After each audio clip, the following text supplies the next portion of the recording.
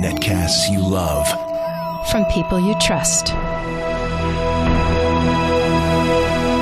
This is TWiT.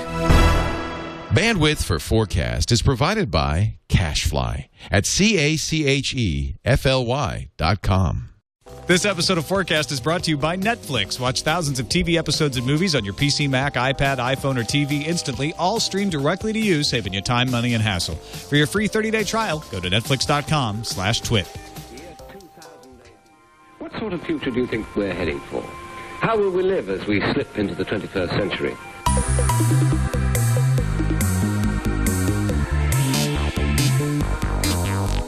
Welcome to FourCast episode 116. I'm Tom Merritt.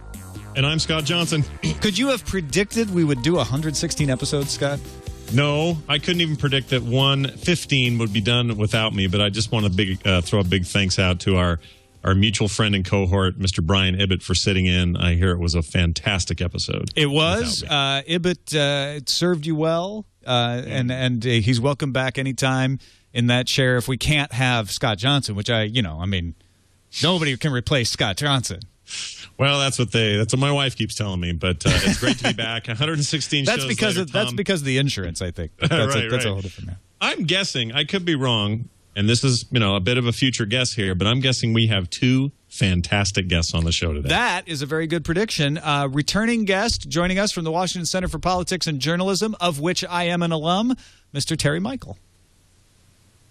Thank you so much. I'm really happy to be here. I'm also happy to understand that you're sponsored by Netflix. I've become a total Netflix whore. I have watched every documentary that Netflix has put up. Netflix, I need more. Okay. Well, you can't take advantage of the free offer because you're already a subscriber, but you could pass it around to friends. We'll get to that. Okay. We'll get to that later in the show. Also joining us, Peter Wells from Mac Talk.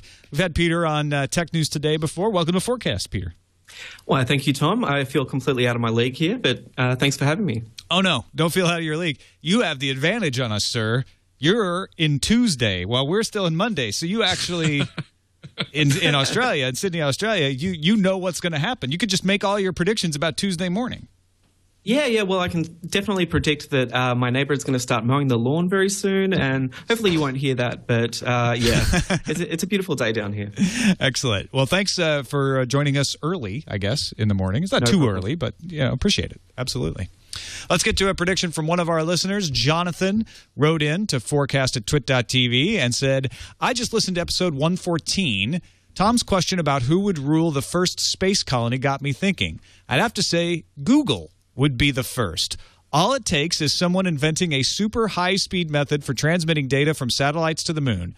The moon is cold, and that makes it a perfect place for the Google server farms. They can run the servers harder and have almost no cooling costs. Oh, wow. We haven't talked. I mean, we talk a lot about I'm reading the wrong day because I was like, this sounds familiar. We talked about this on episode 115. Oh, you did? Well, that's why I haven't heard it before. I was like, this sounds perfect. I'm pretty sure that Ibbett had something to say about this one. So, you know what? Sorry, Jonathan. We already talked about running servers on the moon and how cold it is. So I'm going to dig up a second email here. While you do that, I just want to say this about the moon and server cooling.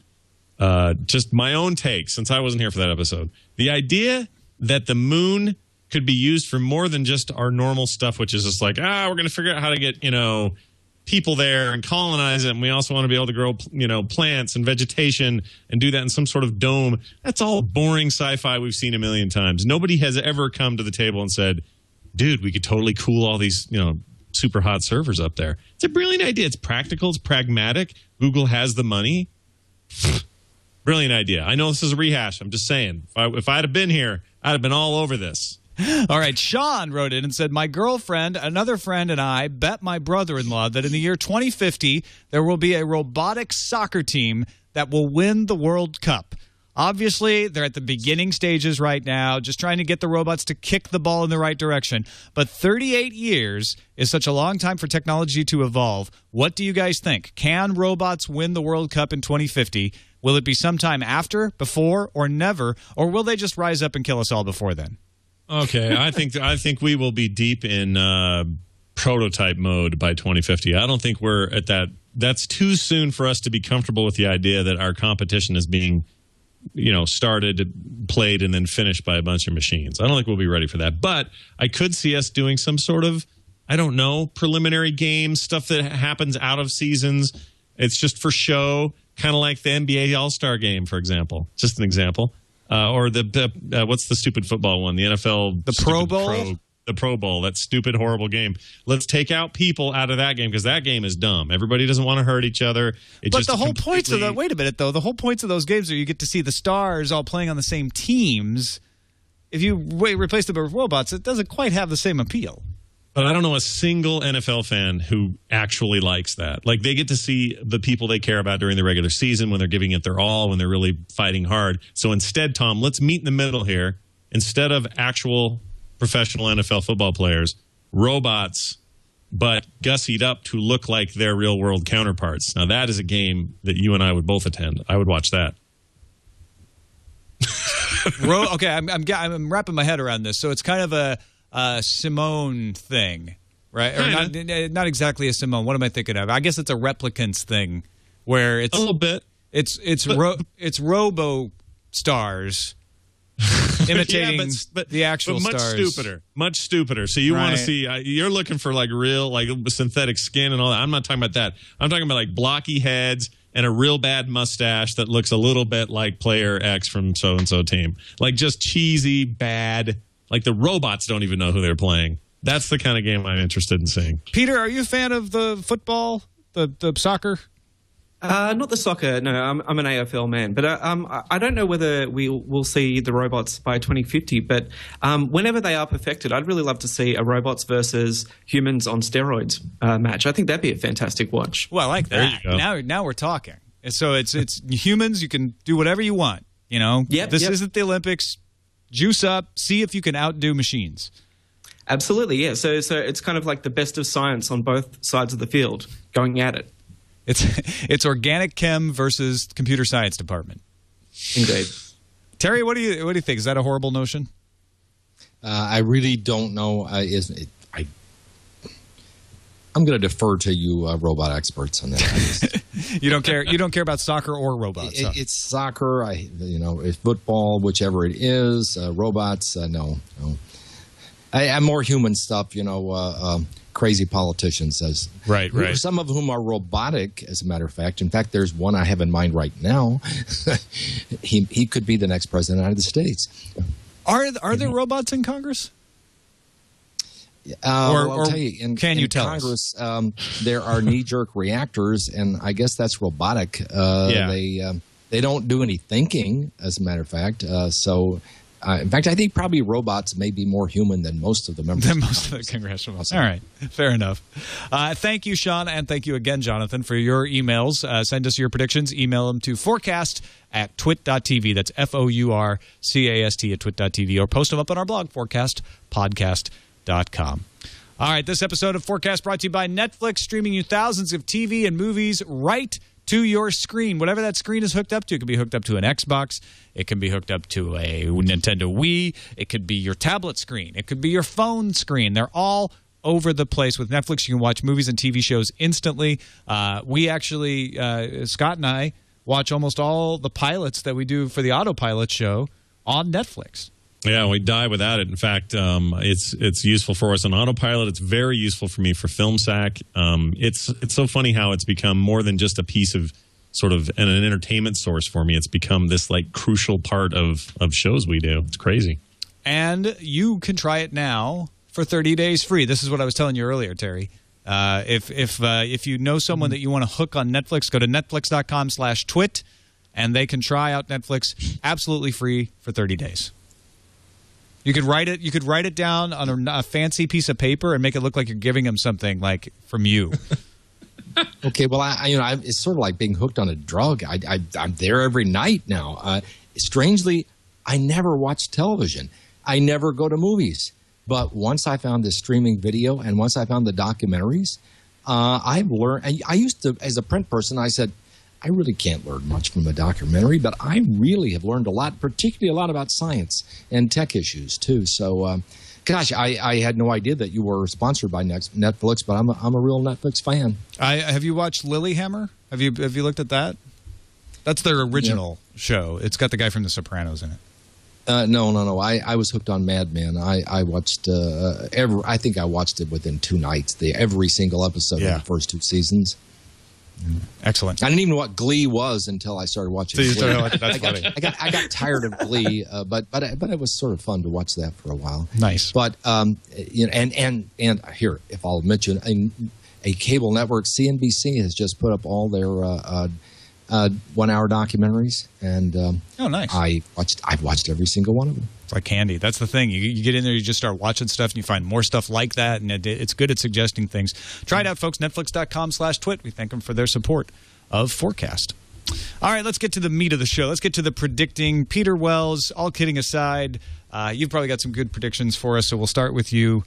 What does the bright morning in Sydney, Australia say to us? Well, yeah. So, I mean, this ties in with Netflix, actually, which I'm so insanely jealous of, as most of your international guests are. But I kind of think that within 10 years or so, the distinction that we have at the moment between cinema and television will no longer exist. And what I mean by that is, people say that cinema is doomed all the time. They've been saying that since the invention of the television, really, and then the VCR and all of those kind of things. And I really don't think that cinema is going away. I think that it has become such an important part of our culture especially in a secular culture, as a place that we can all gather as a community and tell stories and learn from them. So I kind of think cinema is not going away. And the way that works is that cinema and TV will just kind of blend. So you'll have something like Game of Thrones premiering at a cinema and then being shown throughout the week on Netflix and YouTube and standard television and all of that. So, yeah, I think that line is really going to merge very soon because as TV production values get higher and cinemas move to more of a digital distribution method, I think we're right at that moment where those two mediums can just cross, and it'll be great.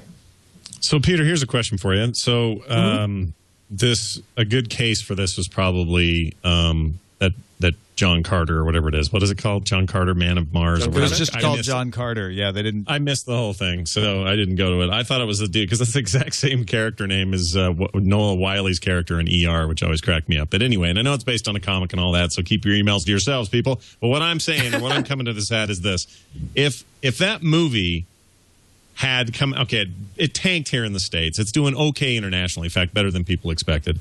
And when it rolls back around to DVD time, it's going to do good. They're going to make their money up. They complain and whine all day about box office results, but really it's the long tail that makes most movies their money in DVD and rental and stuff like that, pay-per-view and whatnot. Don't you think they would have been better off financially out of the gate if they would have had some sort of model like this? If they would have said, yep, it's in theaters, and if you go there, you can get the Blu-ray edition for half off what you'd normally pay simply because you're there, or something like that, where they can start getting other sources of revenue quicker while the iron's hot instead of having to wait and see how things go and then drag it out as long as they can. And I know that timing's gotten shorter and shorter. It used to be sometimes you'd wait a year for video release, even more in some cases. Now it's like 2-3 months later, depending on how the movie did or how long of legs it might have in the movie theater. But don't you think something like that is a solution here? Oh, absolutely. I mean, I kind of think that for a long time, Hollywood was saying that, the cinema release was kind of just a marketing ploy for the DVD because the DVD is where they get all their money back. So, I think as people aren't prepared to wait anymore. I mean, we've seen that so many times. Piracy studies show that's one of the driving forces. I definitely think that, and that's where I'm coming from for the TV crossing to cinema is I think, the discussion is happening in Hollywood right now about that same day release. And like Morgan Spurlock did it for his documentary that just came out. The smaller independents are starting to do it. But I think as Hollywood cinema kind of starts to move into that model where you can see it in the cinema and then a week later you can get it on Netflix if you can't afford the babysitter and everything else and all of those extra costs that go into going to a cinema. At the same time, television will go the other way. So, you really will see this strange kind of mix of I think TV will become kind of that's just a serialized thing. So would it be great if you could pay for like a Game of Thrones season pass at your local cinema and every week you and your nerdy friends get together and dress up or whatever you feel like doing and head down to the cinema to watch Game of Thrones. It seems like there's a bit of a precedent for that, because it sounds ridiculous to me when I hear it at first, right? Like, why would I ever go to a theater to watch a TV show? That's crazy. But I always see these ads for these special events, like they're going to show a symphony or they're going to show a Riff Tracks performance. So there's already sort of a precedent for people gathering in the cinema for things that aren't movies. They're still entertainment, but they're things that aren't movies. So maybe it's not so crazy if they get past the license exclusivity of the network showing the shows and not allowing anybody else to show them for a certain amount of time. Terry, is it something that you could see yourself leaving your house to go, or even other people leaving their house to go and consume entertainment in public that isn't just a movie? Will we ever break out of that? Well, I really don't go to movies. I haven't for years. But, I take Peter's point about the social aspect of, where are you going to take the girl or the guy before you score unless you take them to a movie or to dinner or something. You have to do. And people like to be around other people when they share entertainment. I think, there's the infectiousness of applause or laughter. I think that makes a lot of sense. But, I sort of maybe it's at my age that I want to sit at home and I want it now. And that's why I was surprised with how much or maybe how little content is there in streaming video on Netflix. I tried to look for Advise and Consent, made late 1950s, 7 Days in May, early 1960s. And I still have to get that through the old snail mail as a DVD. And it surprised me that they had not really reduced that to streaming video. So I want it now, and once in a while, if I would want to do something social other than the other kinds of things I do, I can see going to a movie to see anything if it were simply a social experience. Mark V in the chat room says they did a Game of Thrones marathon at theaters near him before the release of the new season, so you could go and hang out with other Game of Thrones fans and get all caught up. I think that. Well, there you go. I'm predicting the present. Also. Sort of, yeah. I mean, it's not quite as fleshed out and as advanced as what you're talking about, but it is a stepping stone towards what you're talking about. Absolutely. Plus, don't we think it'll probably come from the grassroots level of things? You're going to see theaters like, I don't know, the Alamo Drafthouse is a good example of a place that sort of breaks all the normal traditional rules of what a movie theater experience should be like. And that will start to sort of spread before it gets, I don't know, adopted by corporate, the theater industry itself and become something bigger. It seems to me like that's where it will come from. These smaller sort of efforts by, there aren't even hardly any mom and pop theaters left, but those that are left are, they're having to get creative. We have a place here locally called Broovies, which used to be an old movie theater, was about to go out of business. Somebody had a bright idea to turn it into a place where you could eat and have special events as well as regular movie times, but also these special events really draw people in. And they also do some television stuff that'll usually be like season recaps or things like that for different fans. And they'll even go retro. They'll find some really old stuff, do genre nights. I mean, really, it's kind of a microcosmic version of what the Alamo Drafthouse does in Austin. I think it's those efforts that will push us closer to Peter's reality, and I hope it happens sooner than later. Yeah, there's a couple things that need to happen here. One is the licensing strictures have to disappear, and that's what Terry's running into is, hey, why isn't this movie here? And it's because there's this ancient windowing system built on the 80s model of, well, we release it in the theater, and then it goes to the second-run theaters, and then it goes to the airplane, and then it goes to the syndicated independent television network, and then it goes to broadcast network or back and forth or whatever. And we don't need those models anymore. You can go straight to the public. But, these movies are 50 or 60 years old. And they're still licensed that way. Isn't that crazy? And I was wondering, is it just because Netflix, this is a slow process of reducing all these things to streaming video, or is it just a licensing process? At one point, it was probably that not everything had been digitized, but I don't think that's it anymore. I mean, you can find almost every movie has been available or is available in some service. But what they're doing is they're trying to replicate that licensing model and bounce things around. So they pull things off of Netflix and they say, okay, now we're going to give it back to HBO for a while. And they have an exclusive. And now we're going to pull it off HBO and we're going to let Vudu sell it, or we're going to let Amazon sell it. And Apple, strong arms things and tries to get the ability to continually sell things all the time.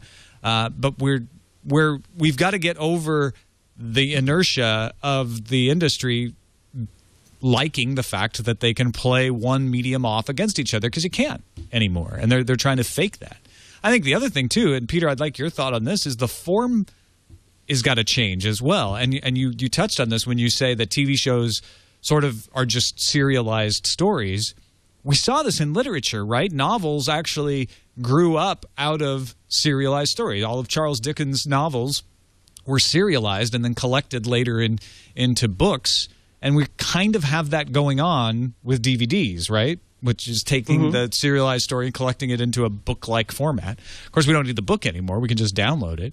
But do you think that fundamentally changes the way we tell stories? Or do we just say, oh, well, some stories do better in the serialized format and some stories do better in the 2-3 hour movie format, and some are halfway between, like Lord of the Rings, where it's 3 monstrous movies?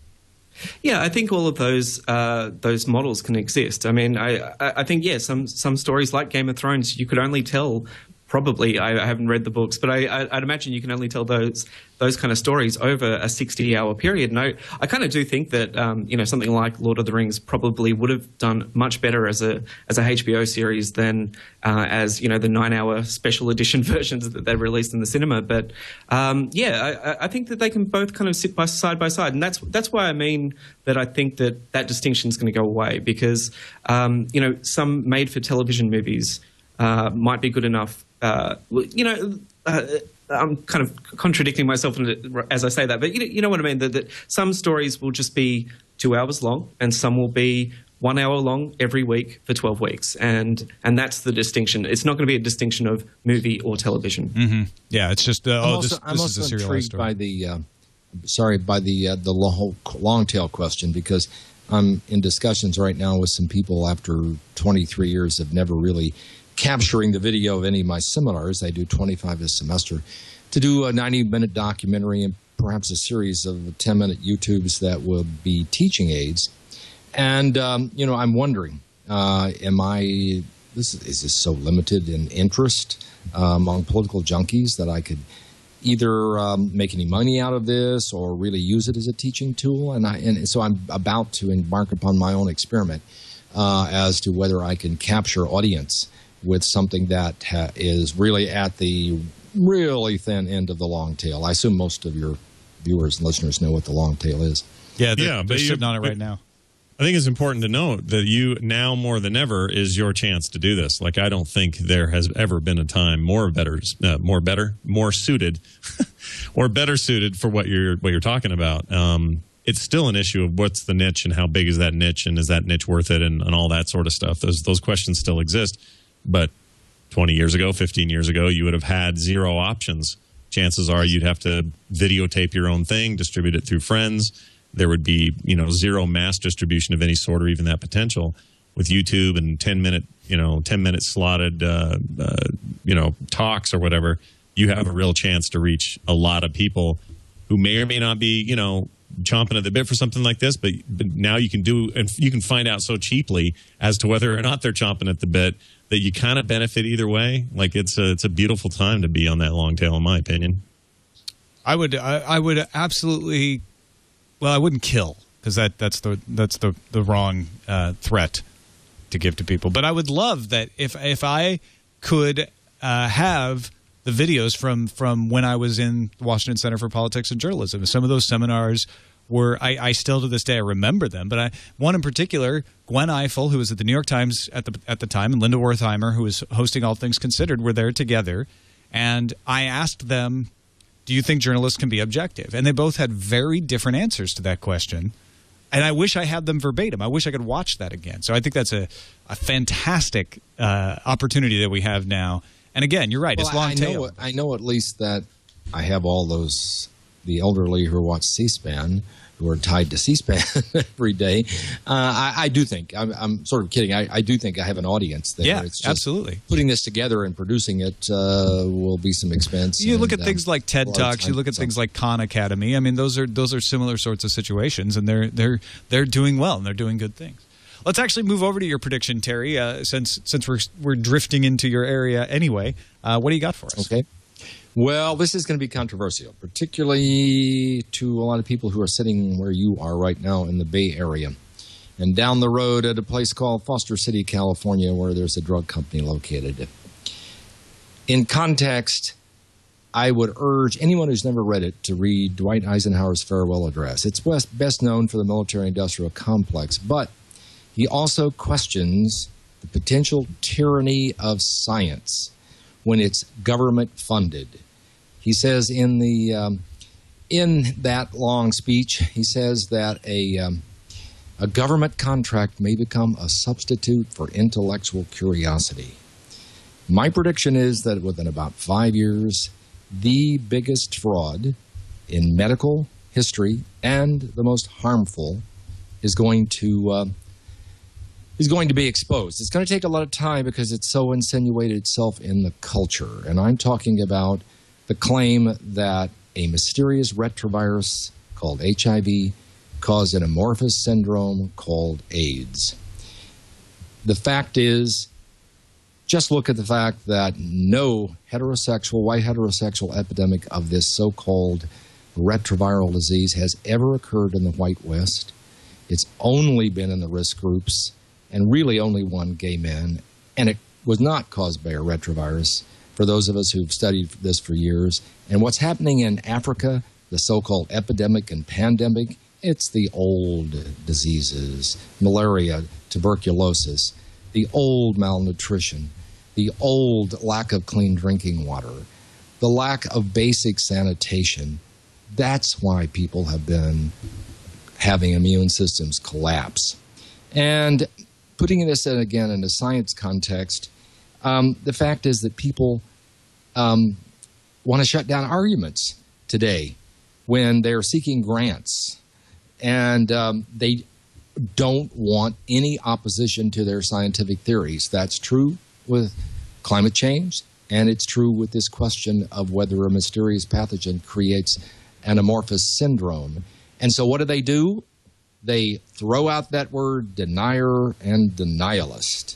They equate you with a genocidal maniac, a Holocaust denialist. But for some of us, that is who insist on reading and studying and interviewing and coming to different conclusions, we're just somebody got to take that anymore. So as strange as it may seem in this extremely fearful question of sex equaling death, the end of AIDS is nearer than you think, and that's my prediction. Now, when you say the end of AIDS, because I do think that there's pretty good science behind the fact that AIDS is caused by HIV, but what do you think will cure AIDS? In your opinion, is it cleaning up the water or something? First of all, AIDS is acquired immune deficiency syndrome. It's simply immune deficiency. There are all kinds of things that cause immune deficiency. I'll tell you what it was among gay men. I'm 65 years old in June. I'm gay. I have been part of an urban gay community for 3 or 4 decades. It was simple. It was the end of the sexual revolution. I mean, it was 12 years into the sexual revolution, late 70s and early 80s. Gay men were, let me admit it, screwing like bunnies. There were all kinds of exposures to old pathogens, real old pathogens, affecting relatively young, 20, 30-something, relatively naive immune systems. The older you get, the more immunity you have. Secondly, there was an historic ingestion of toxins in the form of cocaine, amphetamines, nitrites, poppers, and just plain old alcohol. All of that is immune suppressive. And third, we were victims in the early 1980s of an emerging religious right, victims of stress. Stress is the great killer. Read Robert Sapolsky of Stanford's great work on the impact of stress on a natural immunity. So you mix all those three things together, and you get a breakdown in the immune systems of a small, relatively small percentage of gay men in urban areas where all this was going on. Completely different thing in Africa. Africa is extremely easy to explain. All of the immune deficiencies in Africa can be explained by old reasons. Now, why is this occurring? Why have so many for so long been a victim of this myth? Is because we've created an incredible HIV/AIDS industry in the world. Do you know that we have spent, the United States government, $350 billion on AIDS in the last 30 years? Do you know how many people died even by the CDC's claims of AIDS in 2010? 8,500. Do you know how many people died of heart disease? About 500,000. Of cancer? About 500,000. It's not even in the top 15 diseases. It's disease by definition. It simply was wrong, and it was a function of a researcher, a medical researcher who was simply unethical, Robert Gallo, and a promoter, Anthony Fauci. Now, again, I don't ask anybody to take any of this on faith.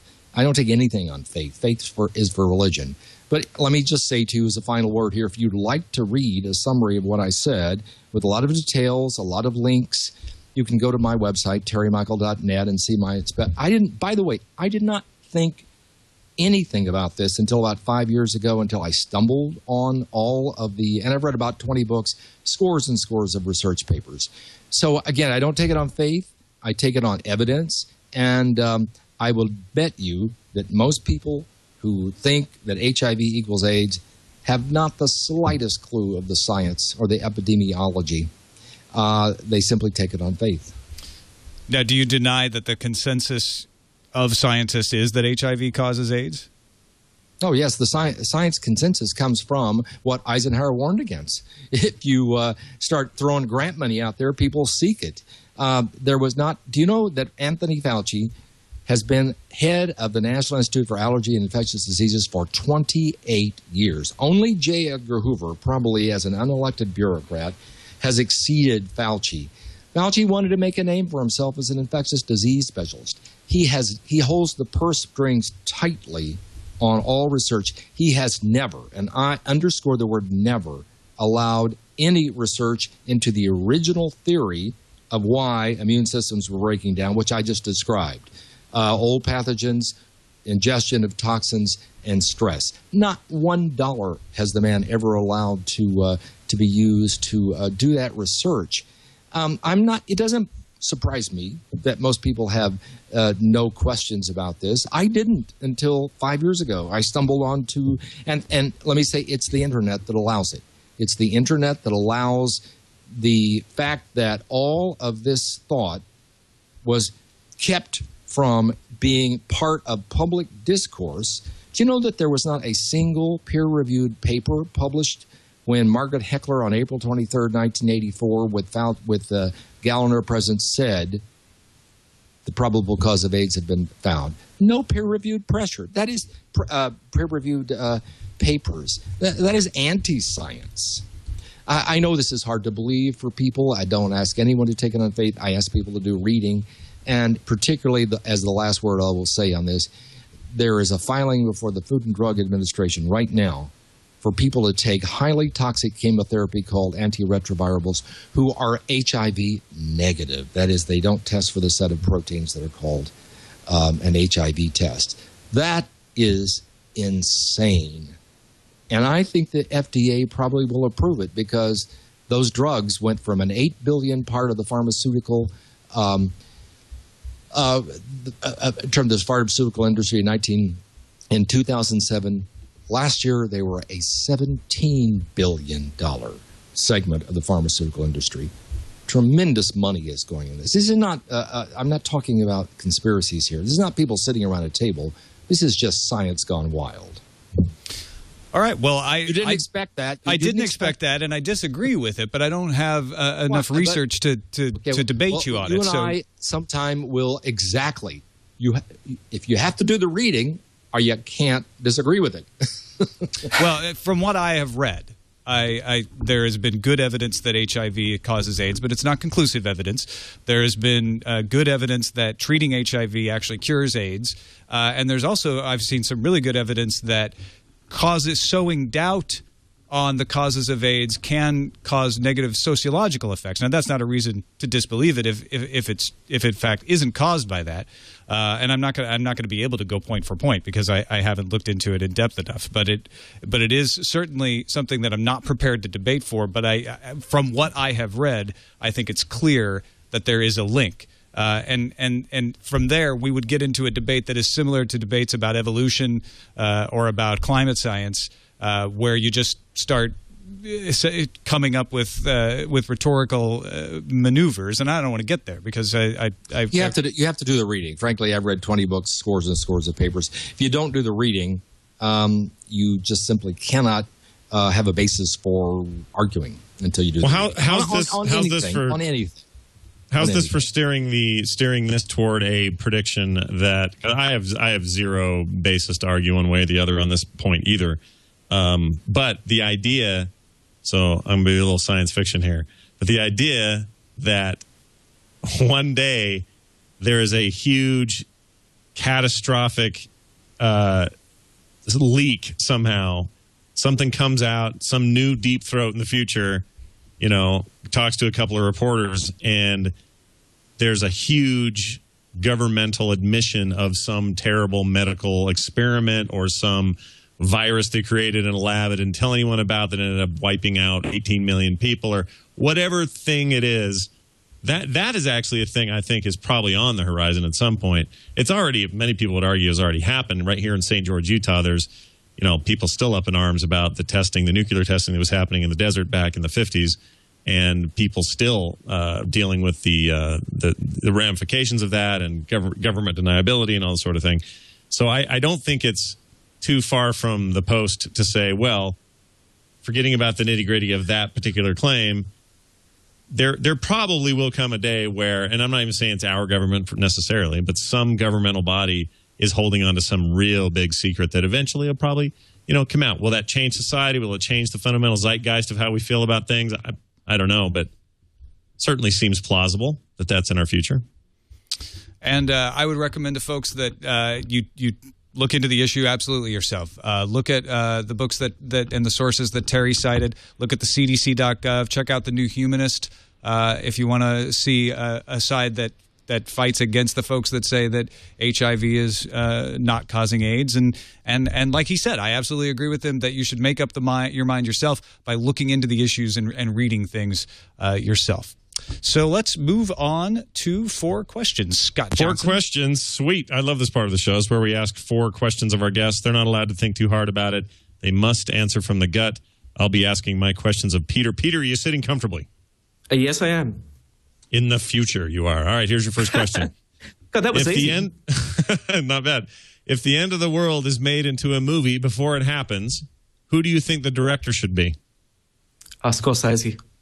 Oh, wow. Scorsese, or if we could go back in time, Kubrick. Okay, I'd take Kubrick. Well, I don't know. Both those guys mean kind of a miserable time for us, but sure. We'll do that. How about number 2? If you are one day woken up by an alien in the middle of the night, what is the first question you'll ask him or her or it? How do you guys reproduce? No.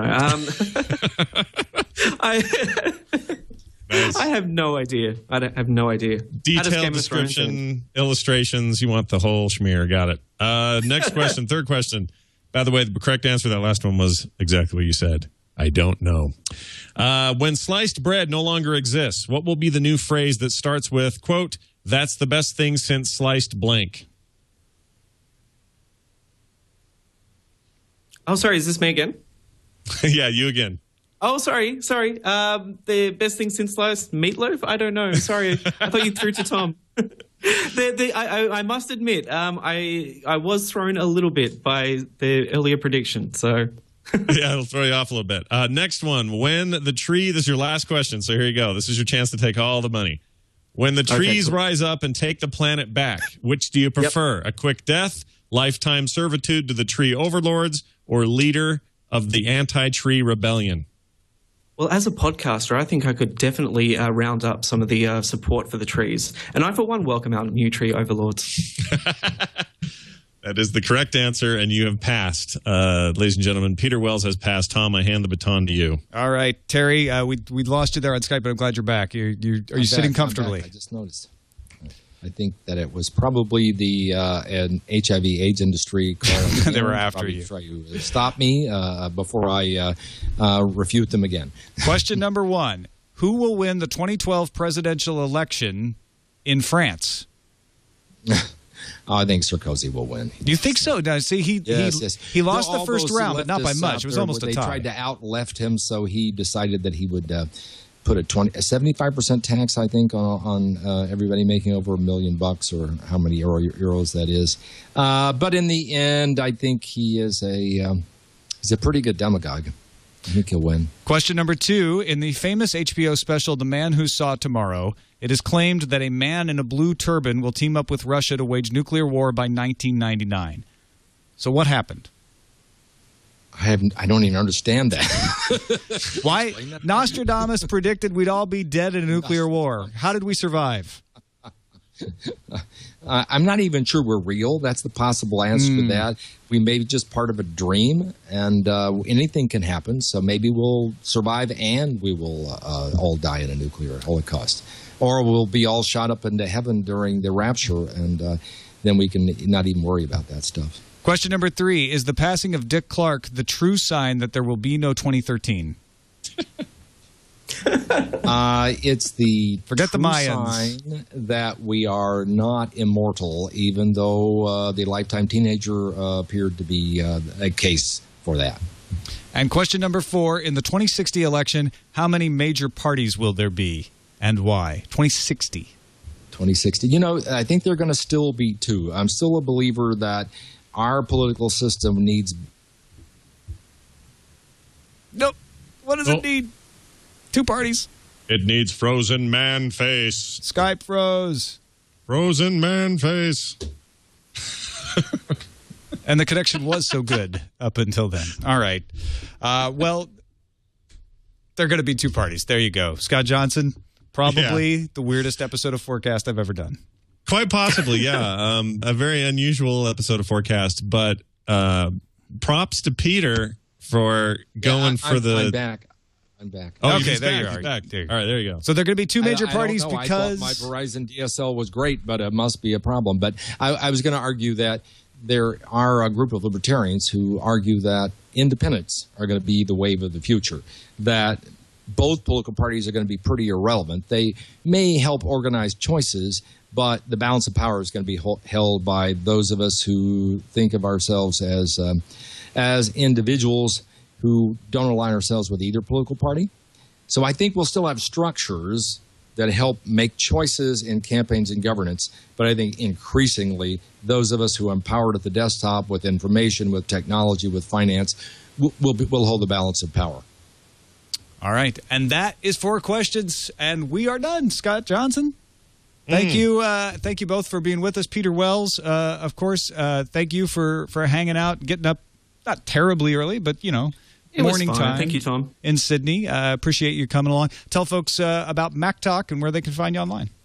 Actually, I'll give a plug to a conference a friend of mine is putting on called One More Thing that happens in Melbourne on the 26th. So it's a really amazing lineup of speakers. We've got Lauren Brichter from TWiT and Sebastian DeWitt from Double Twist, a whole bunch of really cool guys. So if you're into app development, please come along because we'll go broke if we don't sell enough tickets. Please. All right. And Terry Michael, you definitely threw me for a loop. I'm pretty sure I 100% disagree with you on it. But we could debate it later. Thanks for joining us, and let folks know about the Washington Center for Politics and Journalism and what you guys do there and where they can find that out and help with it. Just go to wcpj.org, and then if you want to read my writing, most of which is actually about politics and anti-war stuff, at terrymichael.net. But I'll challenge you, Tom, to go read the 8,000-word summary I wrote of everything I've just talked about. All right. I appreciate the opposing viewpoint, for sure. And thank you for watching or listening. Scott Johnson, what do you got coming up? Oh, my gosh, Tom. Tomorrow, the fantastic Nerdtacular 2012 Kickstarter finally ends and funds. That means we are close. We are, as of today, 2 months away from the big event. If you're interested in getting tickets, those should be on sale soon for general admission. Can't tell you exactly what day. I was really hoping for today, but we got to wait for the Kickstarter thing, and I got to count up who's already got tickets, and then it'll be up. But I'm excited to re-announce. This isn't anything new, but I'm so excited that Tom and Veronica Belmont will be there doing a panel for their Sword and Laser program, as my parents would call it. Totally stoked about that. Looking forward to seeing you guys and all the fans and everybody else will be turning up this year. It should be an international love fest to be reckoned with, and I'm totally looking forward to it. More details at nerdtacular.com. Send us your predictions, folk. Email them to us, fourcast@twit.tv. That's FOURCAST at twit.tv, or post them up on our blog, fourcastpodcast.com. That's it for this episode. We'll see you in the future.